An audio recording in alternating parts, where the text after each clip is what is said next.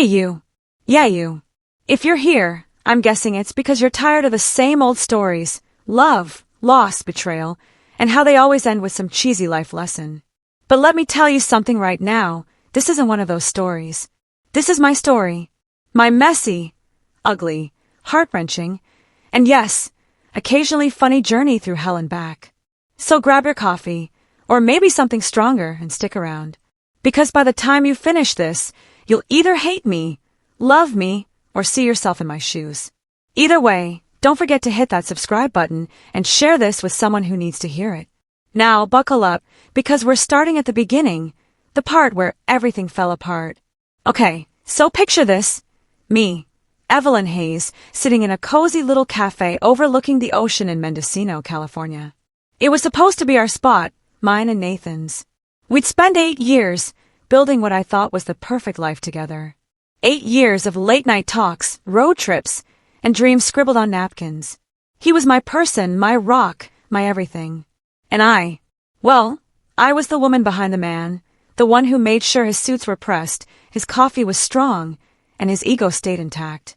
Back then, I didn't realize how fragile perfect really was.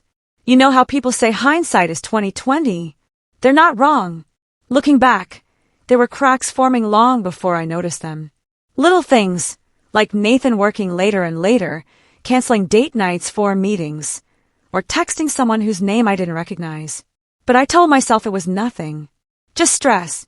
Just work. Just life. Then came the moment that shattered everything. A text message. One stupid, careless text message that changed my entire world. It wasn't even meant for me. It was meant for her. For Chloe Whitaker. That's right, the other woman. The one who waltzed into our lives like she owned the place, flashing her perfectly straight teeth and designer handbags, stealing my husband and leaving me to pick up the pieces. But here's the kicker. She didn't just steal him. Oh no, that would have been too simple. She got pregnant. Pregnant. Can you believe that? Like the universe decided to throw me a cosmic curveball while I was already down on my knees. And as if that wasn't enough, they had the audacity to invite me to their gender reveal party. Yes, you heard that right. They wanted me to show up, smile, and pretend everything was fine while they celebrated the family they were building, with my ex-husband. So yeah, this is the story of how I walked into that party, ready to burn it all down. Not with fire, but with truth. Because sometimes, the most explosive moments don't come from anger, they come from clarity. Stick around, and I'll take you through every step of this roller coaster. Trust me, you won't want to miss what happens next. Let me paint you a picture of Chloe Whitaker. Imagine someone who looks like they stepped out of a magazine ad, one of those glossy spreads selling luxury watches or perfume. She's tall, blonde, and has this way of walking that makes heads turn. Confidence practically oozes out of her pores. At first glance, she seemed harmless enough. Hell, when I met her at a charity gala last spring, I even liked her. She introduced herself with this warm smile and a firm handshake, saying something about how much she admired my work. I'm an interior designer, by the way. Side note, if you've ever wondered whether being good at your job can make people underestimate you, the answer is yes. Anyway, Chloe mentioned she just moved to town to start her own event planning business. She seemed friendly, ambitious, and genuinely excited to be here. But there was something off about her. Maybe it was the way she lingered too long during conversations, asking questions that felt more like probing than genuine interest. Or maybe it was the fact that she kept finding excuses to talk to Nathan whenever he was around. At the time, I brushed it off. After all, they were working together on a big project, a luxury resort redesign, and I figured their interactions were strictly professional. Boy, was I wrong. It started small. A missed call here, a vague excuse there. Then came the late nights at the office, the sudden obsession with his phone. I remember one evening, sitting on the couch waiting for Nathan to come home, scrolling through Instagram out of boredom. That's when I saw it, a photo of him and Chloe at some swanky rooftop bar, laughing like old friends. The caption read, "Hard at work #team goals." I stared at that picture for what felt like hours, trying to convince myself it was innocent. But deep down, I knew better. Call it intuition, call it paranoia. Whatever it was, it gnawed at me until I couldn't ignore it anymore. The breaking point came a few days later when I accidentally stumbled across a text on Nathan's phone. It was from Chloe, and it said, "Can't wait to see you tonight. Love, see." My stomach dropped. I felt like I'd been punched in the gut. When I confronted him, he looked guilty as hell but tried to play it cool. "It's not what it looks like," he said, running a hand through his hair. Classic deflection move. I demanded answers, but he just shut down, claiming I was overreacting. Overreacting? Are you kidding me? That night, I lay awake staring at the ceiling, replaying the conversation in my head. Something inside me broke that night, not completely, but enough to leave a crack. Enough to let doubt seep in. And that, my friends, was only the beginning. Let me tell you about the day I stopped trusting my instincts. Or rather, the day I had to trust them. After that text message from Chloe, I couldn't shake the feeling that something was seriously wrong. So, I did what any rational person would do. I hired a private investigator. Yeah, I know. It sounds dramatic, like something out of a Lifetime movie. But let me tell you, when your whole world feels like it's crumbling, you'll do whatever it takes to get answers.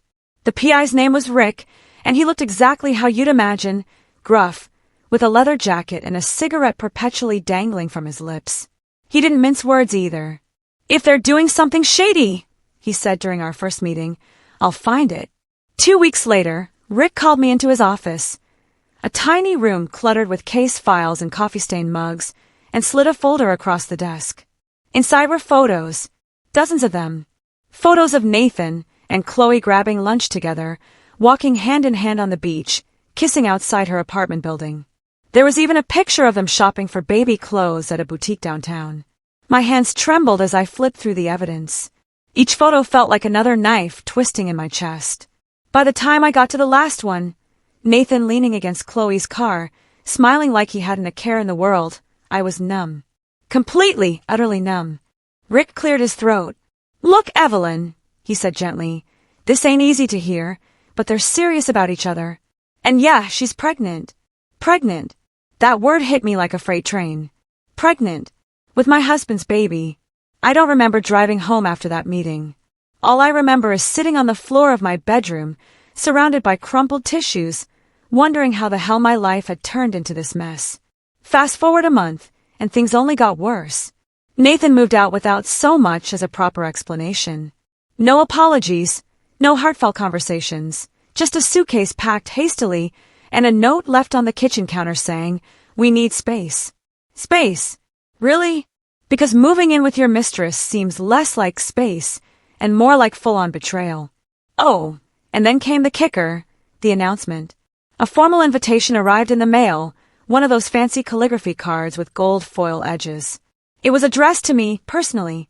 The invite read, "You're cordially invited to celebrate the upcoming arrival of baby Whitaker Hayes. Join us for a gender reveal party hosted by Chloe Whitaker and Nathan Hayes." I stared at that card for a solid 10 minutes, half expecting it to burst into flames in my hands. Were they serious? Did they really think I'd RSVP yes, and show up with a gift wrapped in pastel paper? Word spread quickly around town, because of course it did. People whispered behind my back at the grocery store, pretending not to notice me while secretly gossiping about how poor Evelyn must be devastated. Some folks tried to offer condolences, but most just gave me pitying looks, like I was some tragic character in a soap opera. It was humiliating, absolutely mortifying. 4 years, I'd been the girl everyone admired, the one with the perfect marriage, the beautiful home, the career that balanced creativity and professionalism.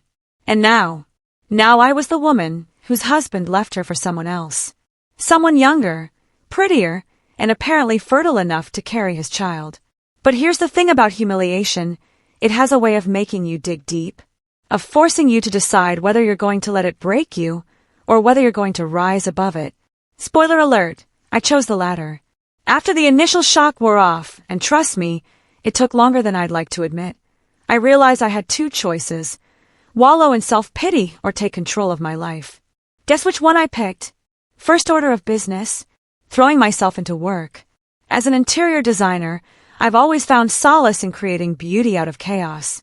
So I booked more clients, took on bigger projects, and poured every ounce of energy into transforming spaces, and honestly myself. Then there was yoga. Yes, yoga. My best friend, Mia Torres, a a total spitfire with a heart of gold, practically dragged me to my first class. "You need to sweat out the bullshit," she said, handing me a mat. At first, I thought she was insane. Me? Doing downward dog in front of strangers? But you know what? She was right. Those early morning sessions became my therapy, my escape, my reminder that I could still breathe, even if it felt like the weight of the world was pressing down on me. And speaking of Mia, she became my rock during those dark days. She listened to me cry, vent, and rant until I was hoarse. She also encouraged me to fight back, not with anger, but with strategy. "Honey," she said one night over wine, "you can't change what happened, but you can control how you respond. Make them regret messing with you." So that's exactly what I decided to do. When the gender reveal party rolled around, I knew I had to go. Not because I wanted to support Nathan and Chloe, please, I wouldn't be next to them if their lives depended on it, but because I needed closure. Closure for myself, and maybe a little payback too. I spent weeks preparing for that event. With Mia's help, I dug deeper into Chloe's past. Turns out, she wasn't just a pretty face with a knack for manipulation. She had skeletons in her closet. Lots of them. Financial discrepancies, shady business deals, and a trail of ex-boyfriends who mysteriously lost money or opportunities after crossing her path. Armed with this information, I devised a plan. A bold, risky, potentially explosive plan. I wasn't sure how it would play out, but one thing was certain. I wasn't going down without a fight. The night before the party, I stood in front of my mirror, practicing my speech. My hands shook and my voice wavered, but I forced myself to keep going. "You've got this," I whispered to my reflection. "This is your moment." And with that, I zipped up my dress, grabbed the envelope containing the bombshell revelation, and headed to the party. Little did they know, their celebration was about to become unforgettable for all the wrong reasons. Let me tell you something about revenge. It's not as glamorous as the movies make it seem. Sure, there's a certain satisfaction in planning your next move, but trust me, it's exhausting. Every time I thought about walking into that party and confronting Nathan and Chloe, my stomach churned like I'd swallowed a live fish. But I couldn't back out now. Not after everything they'd put me through. The envelope Mia and I had compiled was my secret weapon. Inside were screenshots of emails, bank statements, and testimonies from former clients and boyfriends who'd been burned by Chloe's schemes. It wasn't just dirt, it was proof. Proof that she wasn't the perfect, innocent woman everyone believed her to be. Proof that she'd manipulated her way into my life and my marriage.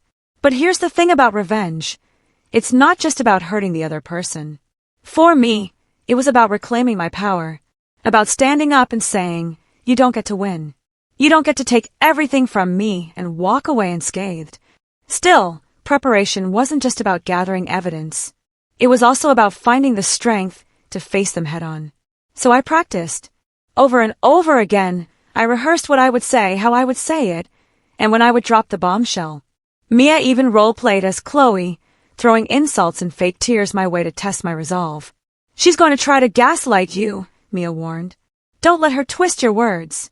By the morning of the party, I felt ready. Or as ready as anyone could be walking into a lion's den. I slipped on a sleek black dress, classic, elegant, and sharp enough to cut glass, and grabbed the envelope. As I drove to the venue, I kept repeating one phrase under my breath, "This is your moment." Walking into that party felt like stepping into an alternate universe where I didn't belong. The venue was gorgeous. A sprawling estate with twinkling fairy lights strung between trees, and tables adorned with floral centerpieces. Everyone looked happy, laughing and chatting like nothing was wrong. Like my entire world hadn't imploded. I spotted Nathan almost immediately. He was standing near the bar, dressed in a navy suit that fit him perfectly. His hair was styled just the way I used to love it, and for a split second, I forgot why I hated him so much. Then I saw her, Chloe. She floated around the room like she owned it, her baby bump accentuated by a flowy white dress that screamed, perfect mom-to-be. Seeing them together made my chest tighten. Memories flooded back. Our wedding day, lazy Sunday mornings, whispered promises of forever. All those moments we'd shared, all the dreams we'd built, and now he was living someone else's dream. With her. It hit me then, harder than ever before. This wasn't just about betrayal. It was about loss. Losing the future I thought I'd have. Losing the man I thought I knew. And worst of all, losing myself in the process. But as painful as it was, those old wounds fueled me. They reminded me why I was here, not to beg for scraps of affection or cry over what could have been, but to remind myself, and them, that I deserved better. That I was better. As I wandered through the crowd, I realized something surprising. I wasn't entirely alone. A few people approached me cautiously, offering condolences or sharing their own suspicions about Chloe.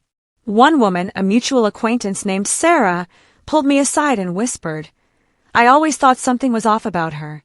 Be careful, Evelyn." Even some of Nathan's friends seemed uneasy. They avoided eye contact or gave me awkward pats on the shoulder, like they knew they should feel guilty but weren't sure why. It was strange, almost comforting, to know I wasn't the only one who saw cracks in their perfect facade. Of course, not everyone was sympathetic. There were plenty of guests who clearly sided with Chloe and Nathan, sneering at me behind their champagne flutes or whispering snide comments about how I must be so bitter. Bitter? Oh, honey, I wasn't bitter. I was boiling. Boiling with rage, sadness, and determination. And then there was Daniel.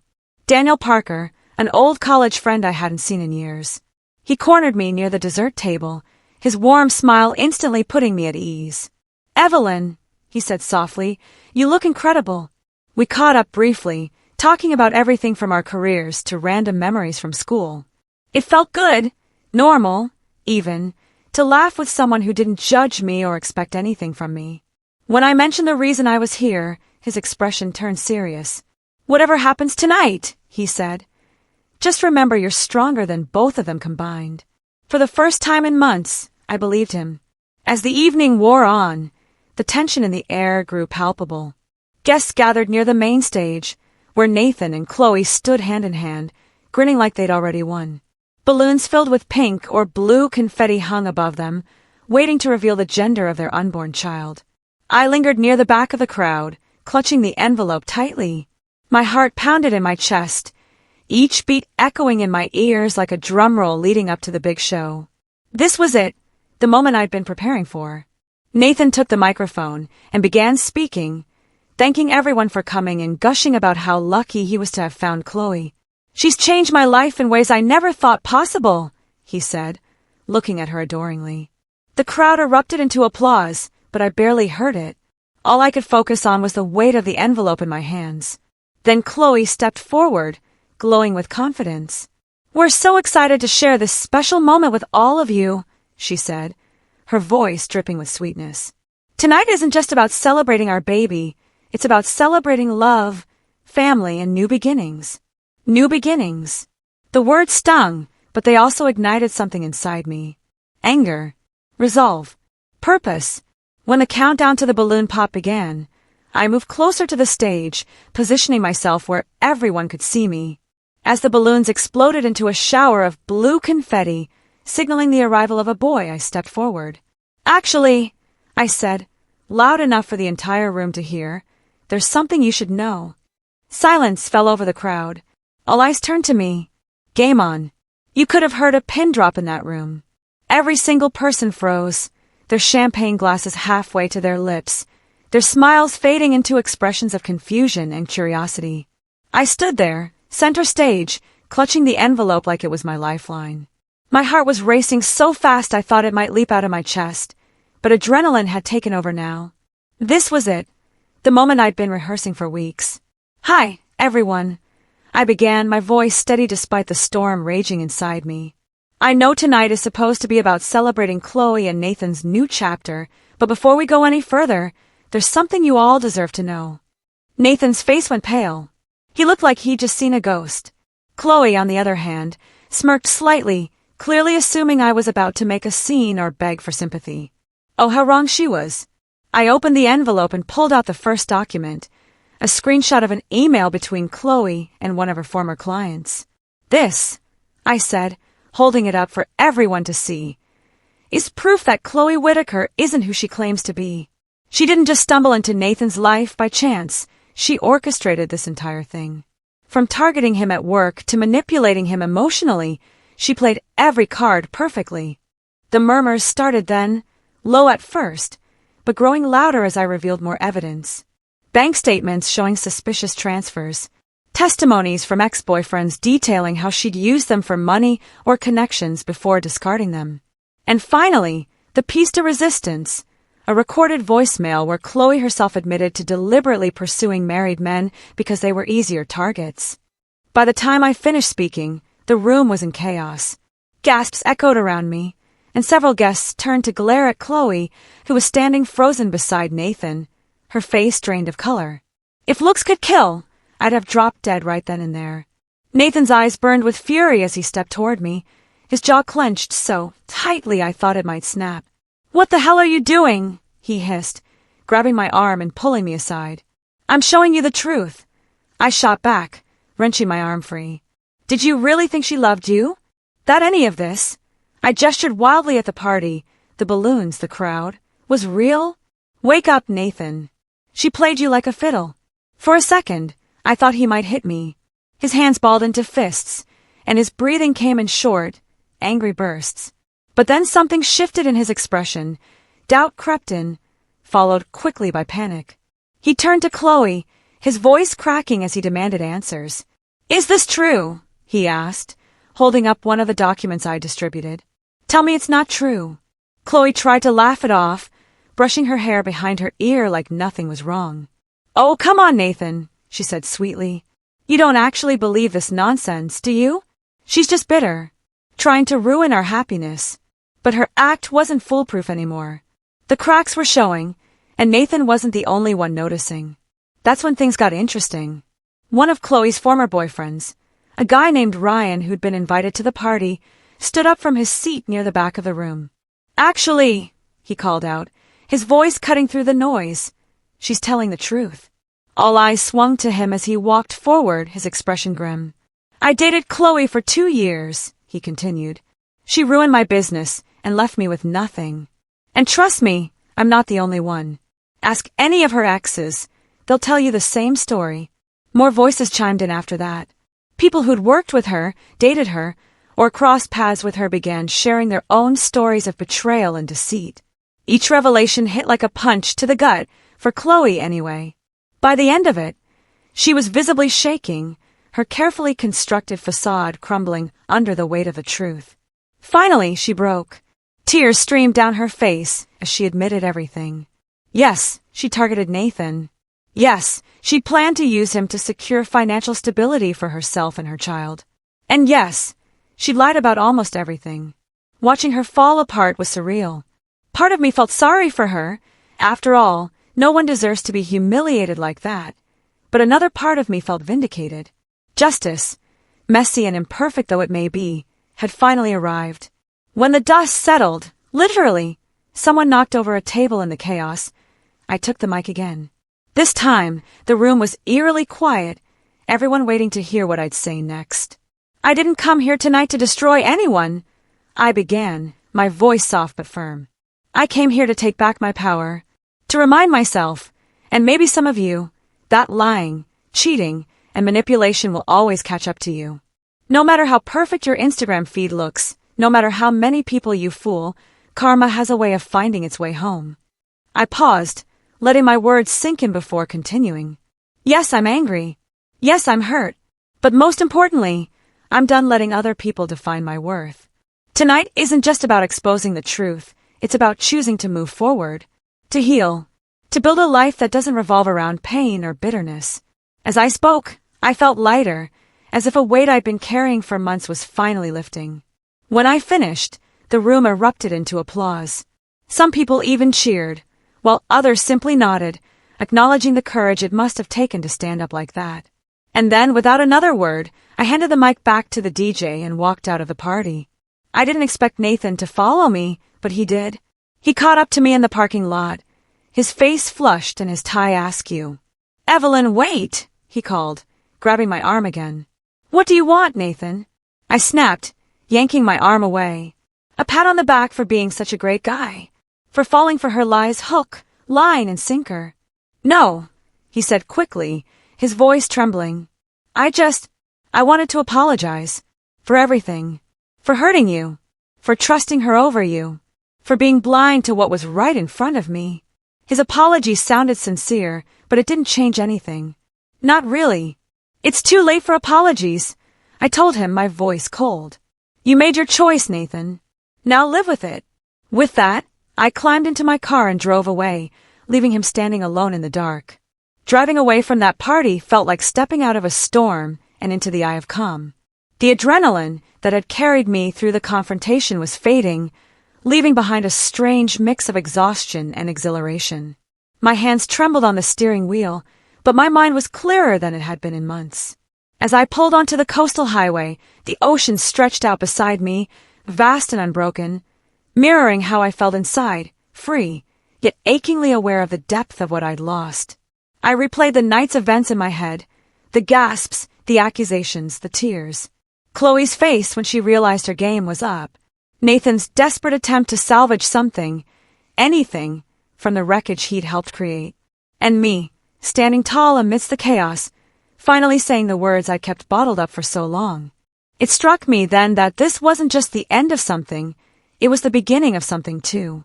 A new chapter, one where I didn't have to tiptoe around someone else's lies or shrink myself to fit into a mold that no longer served me. For the first time in forever, I felt untethered, not in a scary way, but in a liberating one. I parked at a secluded overlook, got out of the car, and let the salty breeze wash over me. Leaning against the railing, I stared at the horizon, watching the waves crash against the rocks below. You did it, I whispered to myself. You survived. The days following the party were quiet, almost eerily so. No texts from Nathan begging for forgiveness. No calls from mutual friends asking if I was okay. Just silence. At first, it unnerved me. I wasn't used to being alone with my thoughts, but eventually I embraced it. Silence became my sanctuary. I threw myself back into work, channeling all my energy into designing spaces that told stories of resilience and renewal. One project, in particular, stood out. A beachfront cottage for a single mother who wanted a fresh start after a difficult divorce. As I worked on her home, choosing soft blues and warm neutrals, I couldn't help but see parallels between her journey and mine. Mia stayed by my side throughout it all, cheering me on during yoga classes and dragging me to karaoke nights when she thought I needed a distraction. Nothing heals a broken heart like belting out Journey, she insisted. Daniel also remained a steady presence, checking in regularly and offering support without ever pushing me to open up before I was ready. Slowly but surely, I started rediscovering pieces of myself I'd forgotten about. The Evelyn who loved painting sunsets. The Evelyn who laughed uncontrollably at bad puns. The Evelyn who didn't need anyone else's approval to feel whole. Meanwhile, Chloe's world unraveled completely. After the party, several of her victims filed formal complaints against her, citing fraud and emotional manipulation.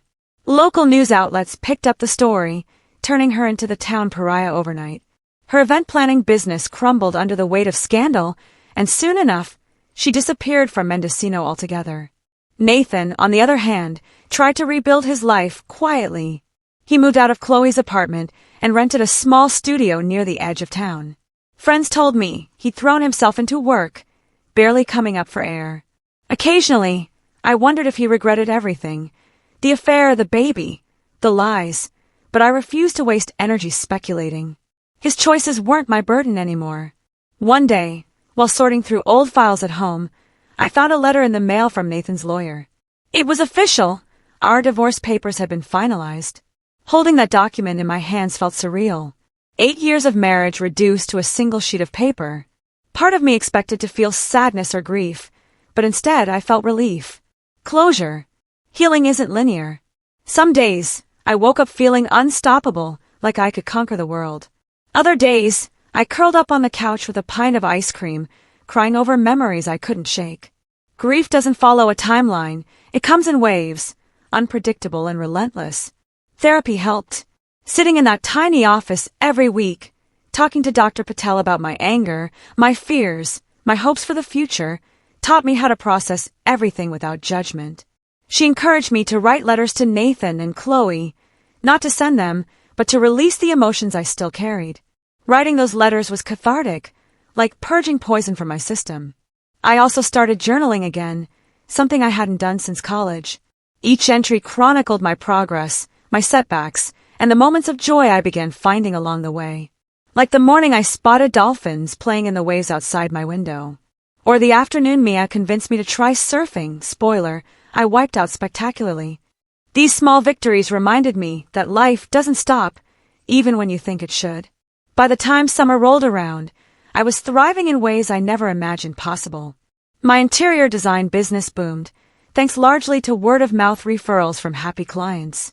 People loved my ability to transform spaces, and maybe they sensed the transformation happening within me too. Inspired by my own journey, I launched a blog called Second Acts, where I shared tips for reinventing yourself after heartbreak. To my surprise, it took off. Strangers reached out, sharing their own stories of loss and resilience. Reading their messages reminded me why I'd fought so hard to reclaim my voice, to inspire others to do the same. One evening, as I sat on my porch watching the sunset, Daniel showed up unannounced with a bottle of wine and 2 glasses. "Thought you might need company," he said with a grin. We spent hours talking, laughing, and reminiscing about old times. By the end of the night, we both knew something had shifted between us. Months later, I received an envelope in the mail. Inside was a handwritten letter from Nathan. "Evelyn, I don't expect you to forgive me, and I wouldn't blame you if you never want to speak to me again. But I owe you an apology, one that goes beyond words. You deserve better than what I gave you, and I'll spend the rest of my life regretting the pain I caused. I hope you find happiness, because you deserve nothing less. Nathan."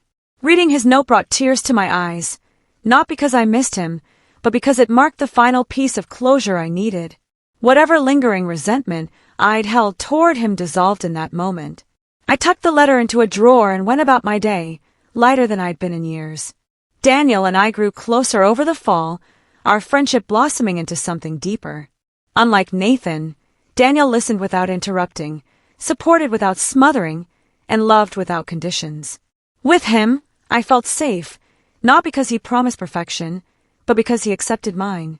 On New Year's Eve, as fireworks lit up the sky above the ocean, Daniel turned to me and said, "You know, I've always believed people are meant to grow together.